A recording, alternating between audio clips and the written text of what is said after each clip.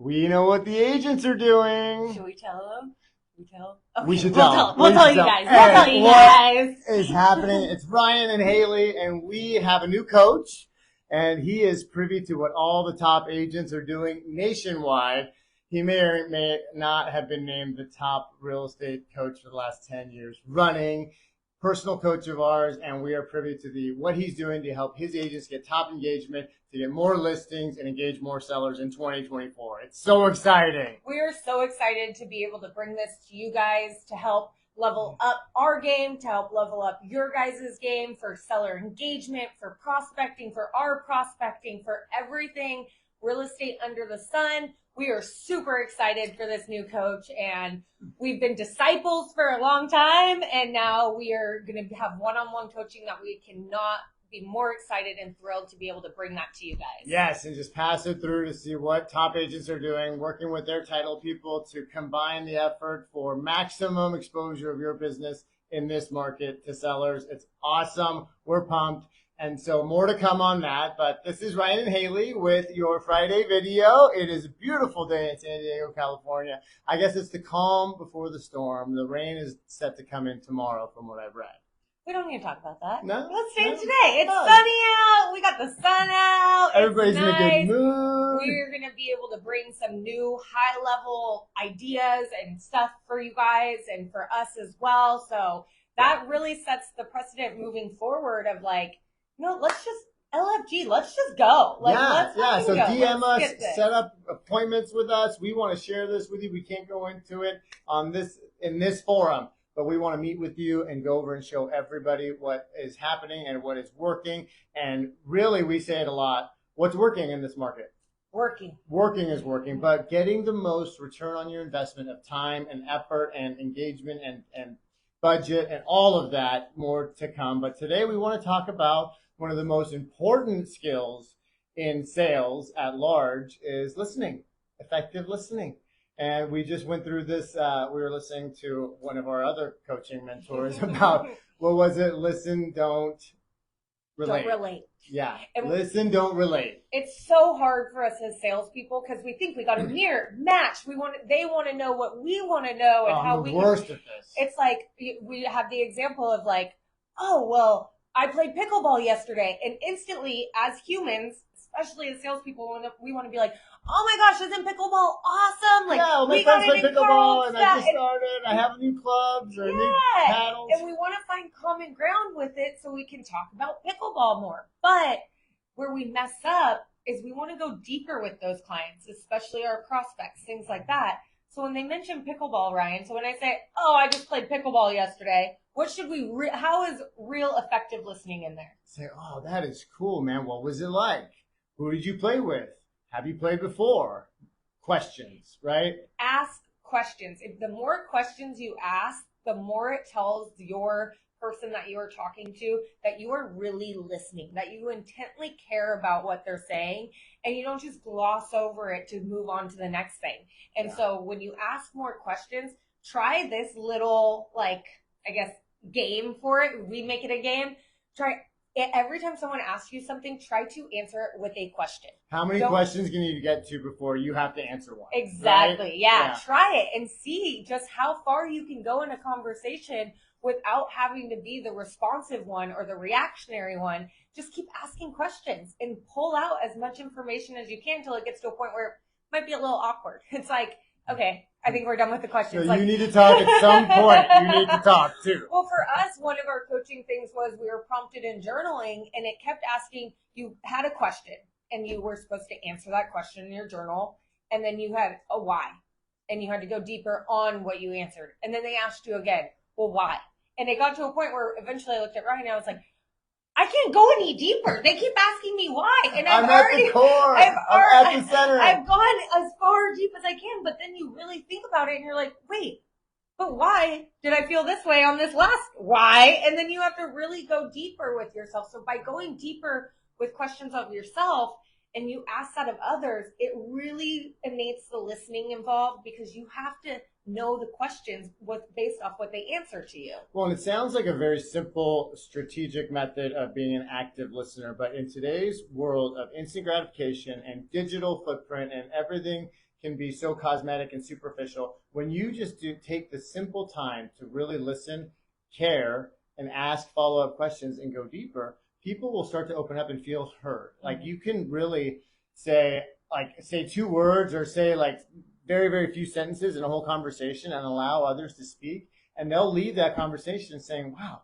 he's such a great conversationalist. And really all you did was listen, and one of the things they brought up, that you listen with your eyes. And I'm like, well, how do you listen with your eyes? You actively listen with your eyes, because a lot of times, you don't want to gaze deeply into the eyes of your customer or the person you're talking Staring to. romantically It's like into not a their staring eyes. contest, right? People are going to think you're kind of creepy if you're just sitting there staring into their eyes the whole time. We know those people. We know people like and that. I've been the guy that's like mouth breathing, anything, just looking in your eyes, like it gets creepy. Okay, so he says use a diamond formation. You go forehead, cheek, chin, cheek, forehead, and you're looking at them, but you're not looking like into the back of their skull, And so I'm like, wow, that's such a simple technique. Asking more questions. How did you feel about that? How did you do? Who'd you do it with? How frequently are you doing it? How did it make you feel? Right. What are some of your goals around that? Why are those goals important to you? And now you see how you're starting to get into some deeper levels of like, wow, well, meaningful shit, right? Mm-hmm. And it started with superficial, like, oh, I played pickleball. It was awesome. It was sunny. It was great. I had a good time. Down to like, well, why are some of your goals important to you? Well, doing this for fitness, doing this for health. Right. Mm-hmm. Or with your business, we all set business goals. We talk about goals ad nauseum from January to February, it seems like. And so now, maybe there's slippage on some of those goals. Maybe you're ahead of the pack on some of your goals. But it's always good to revisit what's the big why behind the goal? Well, I have a family. I've got a kid in college. I've got other kids that, they need a good parent role model of how to work. There's so many things that are tied emotionally to my metrics and goals, financially, professionally, whatever. And so getting down there with your prospect, with your coworker, with your significant other in life, being a meaningful and effective communicator just crosses all boundaries in every kind of circle of life. And this getting to the next level of why, or asking follow-up questions to go deeper. Tell me more about that. Well, what else happened when you played football? Those simple questions to get out of us and into the person in front of us, and really in there and really listening and caring, is just a simple device, and not even a device, just a simple way of being that's courteous, considerate, and can really get you to a meaningful connection with that person. It's so true. And it's funny because as males and females, we definitely communicate differently. I just caught myself doing it. I was like head nodding. Like women, we turn to each other. We're like, oh yeah. We do all the head nods. We're like, yeah, like, oh my gosh, tell me about that. And that's how women communicate. Men though, and there's a study on this, don't take it from me. Men they can sit there and look forward, and they can have a conversation to the side and be like, yeah, okay. And that's how guys listen, and they're listening, but they don't have it. Like women will have full on, like to Ryan's point, we are engaged. We're like, oh my God, really? That bitch was crazy. I see it with Kelly and her friends. It's like, no, right here, right. Where'd you go? Like, if you're not engaged in the conversation. And we head nod, and we're like, and with men, it's like a grunt is a perfectly acceptable response. Like, and like that, there's a whole sentence, like paragraph in that. Yeah, totally get it, pal. Yeah, tell me about it. Realizing how people communicate and being able to take it a step further, that is what makes you a great communicator, is a great listener, a great speaker, a great interactioner. We're making up words today. An actioner, that is all what makes you a great communicator. And those people. I have friends where I'm like, wow, every time I talk to them, I feel like they are just like so involved. And I have like one of my best friends, Alyssa. She is like one of the most innately great communicators, where she will be so talking to you, and she'll follow up like a week later and be like, hey, how was that going? Like, how did you feel? Like, are you still feeling that way? And I'm like, girl, you live like, that was like 2 weeks ago. You feel so hurt, right? Yeah. And then it makes me feel bad because I'm like, man, I feel like stuck on me. Yeah. And I'm like, man, she asked me about something I said 2 weeks ago, and she's so good at it, and it comes so naturally to her. But for a lot of us, especially as salespeople, that doesn't come super naturally because we're trying to get the sale. We're trying to close. You play golf too? I play golf. We should like each other. Let's go. And you just try to control the situation. And Brian Tracy, from the 1980s, said, telling is not selling. And then somewhere, like probably 2,000 years ago, Socrates, the Socratic method, was all questioning. He got points out and had you make his point for him by asking questions. You lead a conversation where you want it to go by the questions that you ask. So it's really, and why is this important? Well, because it's a lost art. It's like cursive. Were you taught cursive in school? That's how I was taught to handwrite, because I went to we- a Catholic school. We both, right, funny story, fun fact, Ryan and I actually went to the same Catholic school, like 20 years apart. But that's how we learned. Like, explains a lot. I learned how to handwrite in cursive. That was my first way. And then so when I went into public school and everybody was just regular writing. Now they're typing, right? Yeah, my handwriting was so bad compared to theirs because I had only known cursive, and I felt like I was like left out. And I'd write in cursive, and it was like beautiful. And my teachers would be like, "Oh my gosh, you have such nice penmanship," and I'm like, really? Because I see her handwriting, and she has the cute little A's, and I can't do A's like that. And it was just the way we were taught. Right, and then in this digital age, I mean, this is far more common than writing, even typing anymore. And so a lot of the communication, the art of listening is being lost. And it's like a lot of, like my children, I fear for the fact that they're not going to be able to interact personally, in person with people and be communicative or effective communicators, right? So having a slight edge is maintaining that level of personability, that ability to listen and feed back to people what you hear, to make people feel heard, follow up. Like you can't have that follow up conversation her friend had if she didn't really listen and take it in and internalize that information and actually have a little empathy and probably feel that, what you were feeling a little bit, to follow up a week or two later. That's big. And that would set you apart. That's such an advantage in today's modern age because most people want to text and get a deal. They want to email and they want to get a new appointment and engagement. And the ability to show up and effectively communicate and listen like it matters, I think will set you apart, especially moving forward in this digital age. Well, and especially right now in this kind of market we're seeing, we are getting all the questions thrown at us of like, what are you seeing? Well, it's just so slow and we have to ask the questions like, well, why is it that way for you? Or have you been prospecting? What has your outreach been like? And getting more information out of our agents so we can help craft their plan on how we can help them execute to go get different deals and go get more deals out there. So it's so important to have effective communication as salespeople. And I feel like, to Ryan's point, I feel like we just kind of lost that art because we're in this instant gratification kind of world nowadays. We're in this digital world where everything's right here. And we don't need to communicate. We don't have to ask questions. We don't even have to go to an encyclopedia anymore. We can just instantly type it in. Oh, everything. Like Google is just like taking the place of everything. And I would just say, like, if we were to take a poll of how much communication happens in text versus phone call, even these days, it's got to be tilted largely toward text. So it's like that's the direction we're heading. So, but you still do and engage in business in person. So I think effective listening, showing that you care, is really going to set people apart. Yeah. Oh man, that means I need to get better at my texting because both Ryan and I are like, you text us something this long, I'm picking up the phone and calling you. Right. I'm like, I am so much more of a better communicator on the phone. Oh my gosh, and my grammar is shot to hell because everything can be one words or just like improper speak, but it's okay. Have you tried to talk text and then you read it after? I was texting with one of our clients, talk texting, and I don't know if you caught it, but I looked back at the text and I was like, what the? Who wrote that? Well, that does make no sense. Some of that's in Spanish, I think. Yeah. I was like, I think I repeated the same thing twice, and then it was because I was driving and I was trying to be communicative and text back, and I was trying to voice text, and I was like, well, that doesn't work. Yeah.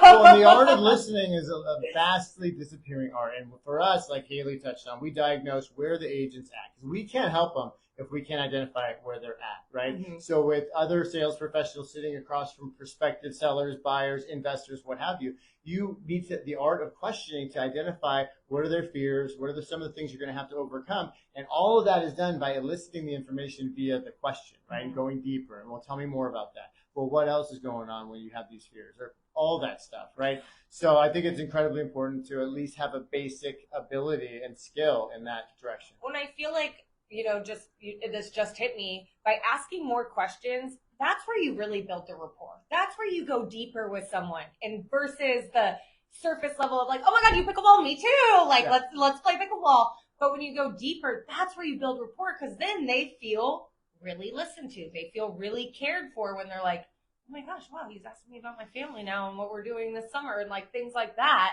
So that's where it's really the rapport builds, and that's man. where the relationship comes in. So You give yourself a Right. chance for them to open, because if Mhm. they're like slow and methodical and their energy is more like this, and we go in there and we're like, hey, how's it going? Oh my God, it's Friday. Dude, have you had your cheeseburger yet today? I can't wait to go surfing this weekend. Like, we're going to lose them. yeah, So if you can get in there, match their energy, ask questions to get to further levels of communication that are more meaningful, you at least have a greater chance at conversion. And look, we're here to convert, baby. We want to get the leads, but we want to convert and have the revenue follow. So this is just another skill to put in your quiver to give you a distinct advantage against your quote unquote competitors about, which is really just ourselves. We are our own competitors, but that's a whole different video.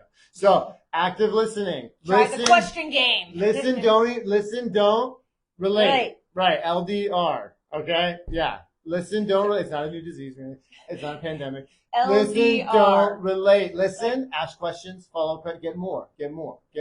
The other thing is the visual diamond. You can actively listen with your eyes. I mean, paying good attention, but don't stare too long because it's creepy. So go forehead, cheek, chin, cheek, forehead, back to the eyes, any mix of that. And then what Can else I go was there? cheek, forehead? Sorry. And then try the question game. Like, ask as many question questions game. you can. Like, try this weekend when you're at your open house or when you're doing that. Like, try the question game. See how many questions you can ask without having to. I do it with my kids all the time. 11-year-olds are great, except for when I know when they're getting down to one-word answers and then they're starting to look at me sideways. I'm running out of runway. They're like, getting over it. Okay, we know what you're doing now. Okay, you're practicing your salesy stuff on us again. Gotta practice on someone. Sorry. But guess what? I really know a lot about my kids because I ask them so many questions. So that's what we have for you today. I hope you have a beautiful Friday and a wonderful weekend. And we're into March. Into March. Oh my God! Oh it's my like gosh. crazy. We're into March. I can't believe it's March 1st. I have my mom's birthday, my sister's birthday this month, so it's a big birthday month for me. I know. So- I have 2 children have birthdays in March. March is a good month. I got a sister with a birthday. So. Yeah, well, let's go out there and crush it, guys. And enjoy. Yeah, hit us up. If you made it to the end, set us a consult with us, a phone call, a Zoom, text us. We want to tell you what our coach is teaching us on how to help agents get more listings. So we'll talk next time. Until then, Yeah. I'm Ryan. I'm Haley. Bye. Bye, guys.